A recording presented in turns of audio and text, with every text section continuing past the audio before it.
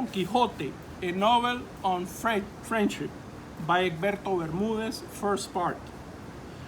Don Quixote is the story of a country gentleman, almost 50 years old, who is so obsessed with reading books of chivalry that he drives himself mad. Therefore, he decides to become a knight errant who, driven by his love of his lady and the desire to increase his fame, to serve his country and to right wrongs, sallieth forth in the company of his loyal squire Sancho Panza in quest of adventures on behalf of the distressed. With the appearance of Sancho, Cervantes introduces one of the highlights of the novel, the dialogue between antithetical characters from which affection and friendship develops. Literary critic Harold Bloom remarks that, I quote, Cervantes instructs us how to talk to one another. Don Quixote and Sancho Panza change and mature by listening to one another, and their friendship is the most persuasive in all literature, end quote. The dialogue between the main characters of the novel allows what Salvador de Madariaga calls the Quixotization of Sancho and the Sanchification of Don Quixote. In other words, I quote, connected by the same spirit, they gradually become closer to each other, end quote. The friendship between Don Quixote and Sancho begins as one of utility, to use Aristotelian terminology, that between a knight who needs a squire and a poor peasant who needs a job. Later in the novel, it becomes a friendship of pleasure because the two characters enjoy each other's company and conversation.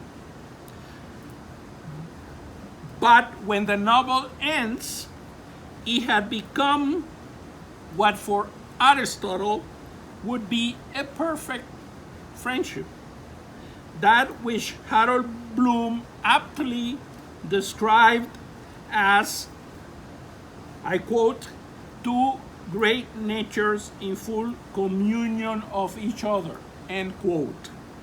And in words of the priest, quote, I quote, it seems as if both were made from the same mold, end quote. In other words, a friendship based on a shared sense of what is good and true, in Aristotelian terms, reciprocated goodwill and unwilling the good of the other, according to St. Thomas Aquinas. Good friends accept each other as they are, qualities and defects included. This is why Sancho describes Don Quixote in the following way, I quote, there is nothing of the scoundrel in him. He is as innocent as a baby. He doesn't know how to harm anybody. He can only do good to everybody, and there's no malice in him. A child could convince him it's night in the middle of the day, and because He's simple. I love him with all my heart and couldn't leave him no matter how many crazy things he does. End quote. It is also why Don Quixote describes Sancho to the dukes like this. I quote, I want your lordship and ladyship to understand that Sancho Panza is one of the most amusing squires who ever served an knight errant.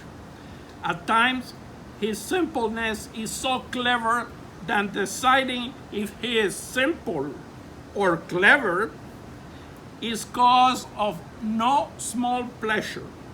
His slyness condemns him for a rogue, and his thoughtlessness confirms him as a simpleton. He doubts everything and he believes everything. When I think that he's about to plunge headlong into foolishness, he comes out with perceptions that raise him to the skies. In short, I would not trade him for any other squire, even if I were given a city to do so. End quote. Nevertheless, a good friend accepts his friend as he is, but provides him with good advice when necessary.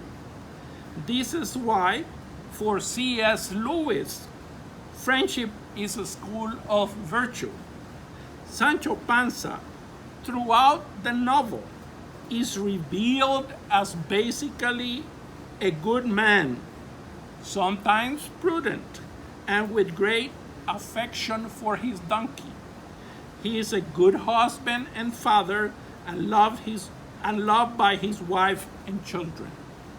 He seems to have a reasonable good Christian formation, since he remembers his priest's sermons.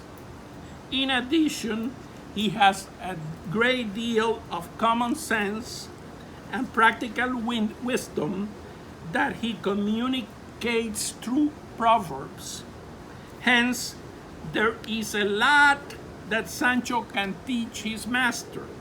We know that Don Quixote, due to his madness, distorts reality. For him, inns are castles, herds of sheep are armies, and windmills are giants. In each of these situations, Sancho is the one who tries to show his master his error. In one instance, near the end of the novel, Don Quixote, defeated and depressed, sees two boys arguing about a cricket cage. One says to the other, I quote, "You won't see it in all the days of your life," end quote. This is seen by Don Quixote as a bad omen related to Dulcinea. Also, he sees a hare racing across the field, followed by greyhounds and hunters, which take refuge between the feet of the donkey. He interprets this as another evil omen. Sancho immediately corrects his master because he, I quote, heard the priest in his village say that it is right for sensible Christian to heed this kind of, it isn't right for sensible Christian to heed this kind of nonsense. And even your grace has told me the same thing, letting me know that Christians who pay attention to omens were fools, end quote. I concur with José Ramón Ayón in his book Tal vez soñar, la filosofía en la gran literatura, perhaps to dream philosophy in great literature. I quote, Cervantes, who had a deep knowledge of human nature, places at the side of Don Quixote a squire full of affection and common sense. who knows how to listen to his master and takes him seriously, while he corrects him with simplicity and wit. Psychologists, psychiatrists, an illiterate teacher by chance, Sancho Panza plays his multiple roles successfully and achieves Don Quixote's cure. End quote. Nevertheless, Sancho is only the secondary cause of this, since at the end of the novel, Alonso Quijano himself attributes his cure to God. I quote, "Blessed be Almighty God, who has done such great good for me. His mercies have no limit, and the sins of men do not curtail or hinder them." End quote. It is important to understand that Don Quixote is mad in patches, full of lucid intervals. According to all the other characters he encounters, including the narrator, the Don is only mad in areas concerning books of chivalry. In everything else, he shows intelligence, wisdom, depth of knowledge, and goodness.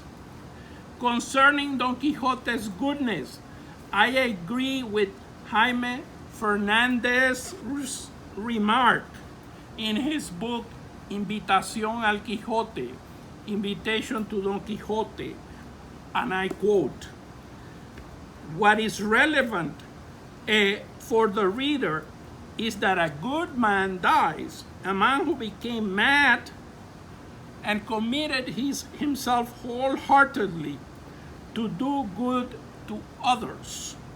The means to resurrect knights errant were mistaken, and he rejects them.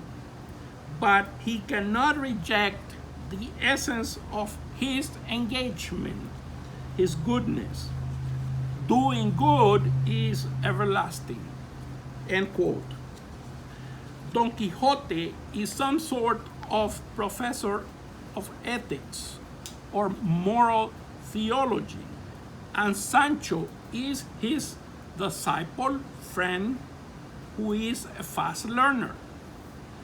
Famous is the advice that Don Quixote gave Sancho before the latter left to become governor of an island. I quote, "First, my son, you must fear God, because in fearing him lies wisdom." End quote. "Prudence is a necessary virtue for a politician." I quote, "Second, you must look as who you are and make an effort to know yourself. You will not puff yourself up like the frog who wanted to be the equal of the ox." End quote. Certainly, arrogance is one of the worst vices that a governor may have.